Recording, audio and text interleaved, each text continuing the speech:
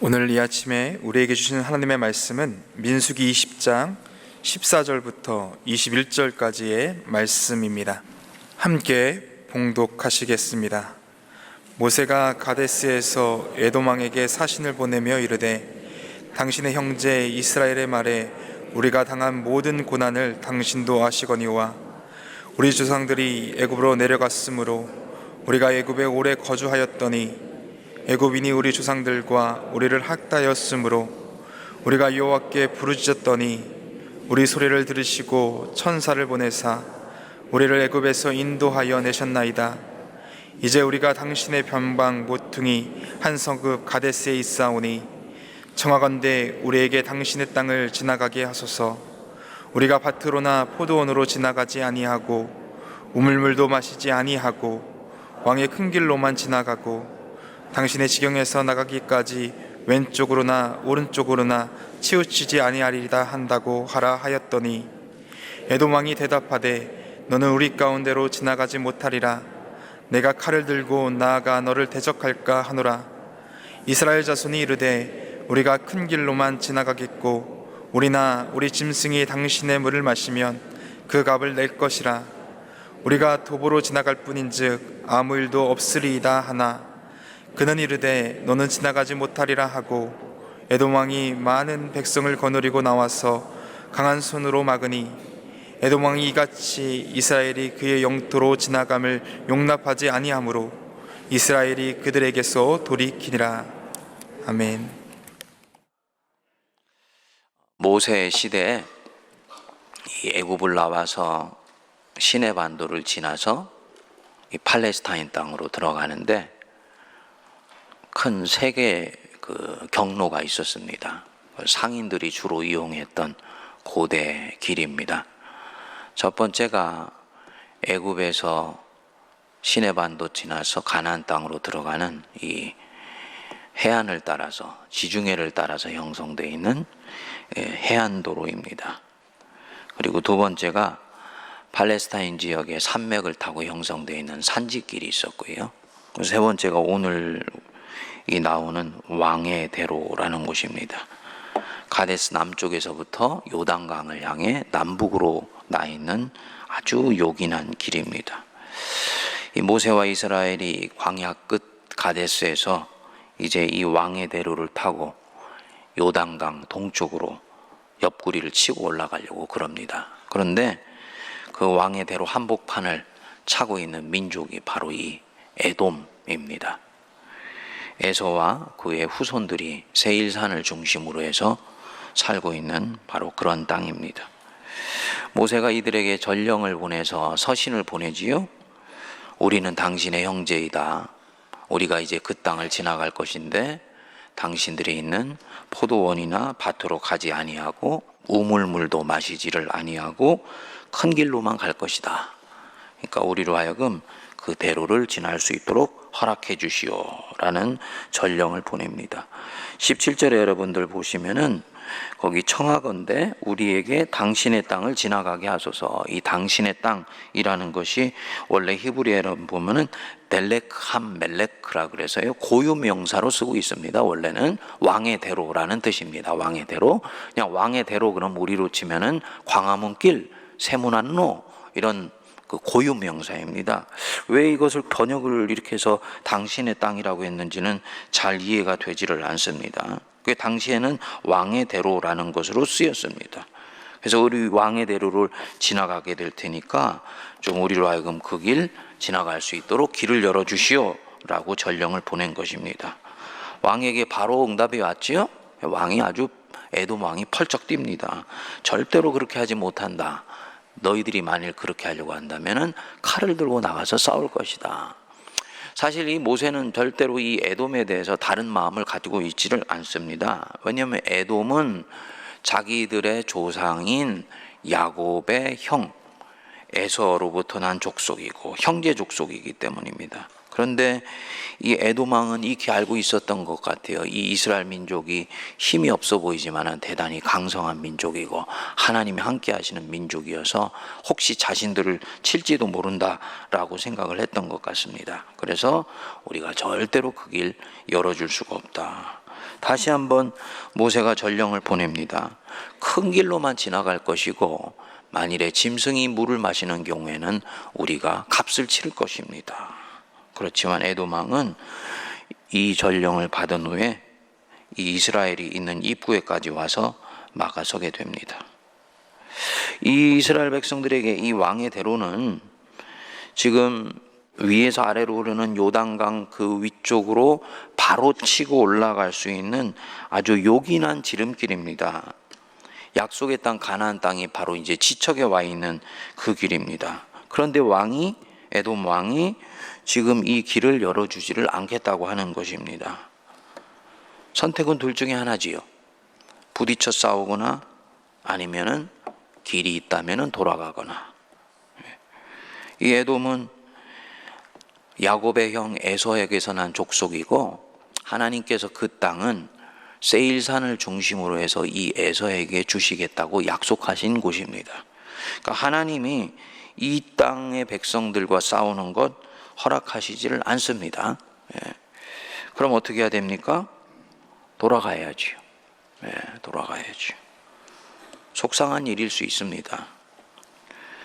싸우자니 여기서 전력만 소비하면서 결과적으로는 가나안 땅으로 들어갈 때 막강한 손실이 찾아올 수 있습니다. 그냥 돌아가자니 이미 긴 여행길에서 지친 이스라엘 백성들에게 추가적인 시간적 손실과 물리적인 소모를 감당해야 되는 일이기 때문에 대단히 속상한 일입니다. 그런데 이스라엘 백성들 모세의 지도하에서 20절 여러분 보십시오. 에돔 왕이 이같이 이스라엘이 그의 영토로 지나감을 용납하지 아니하므로 이스라엘이 그들에게서 돌이키니라. 그들에게서 돌이킨다. 그들에게서 방향을 돌이킨다. 와이트라고 나와 있습니다. 여러분 잘 생각해 보십시오. 우리가 만일에 이 이스라엘 백성처럼 지름길이 눈앞에 있는데 그 길이 가로막혔다. 왕에게 전령을 보냈다. 그런데 왕은 허락하지를 않는다. 하나님 보시기에 이 광야를 벗어나는 데 있어서 정말 이 길이 요긴한 길이다 라고 한다면 반드시 이 대로를 지나는 것이 필요하다라고 생각하신다면 하나님이 에돔 왕의 마음을 움직이실 수도 있습니다. 몇 번 하나님은 그렇게 하셨습니다. 그런데 이번에 그런 일들은 일어나지를 않는 것입니다. 그러면은 여기서 선택은 다른 선택 없습니다. 아무리 내게 요긴하다고 해도 형제와는 다투는 것이 아니다. 그러면은 돌아가야 되는 것이죠. 막히면 돌아가는 것입니다. 믿음의 걸음은 절대로 직선이 아니라는 건 여러분 꼭 기억하시기 바랍니다. 믿음의 걸음은요, 곡선입니다. 곡선이에요.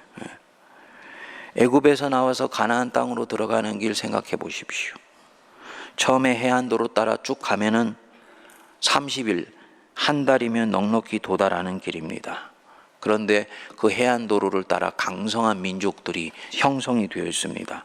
이들과 전쟁하기에는 힘이 부족할 뿐만 아니라 자칫 이 백성들이 전쟁이 두려워서 다시 애굽으로 돌아갈까 하여서 하나님이 길을 시내반도 밑으로 꺾으시지 않습니까?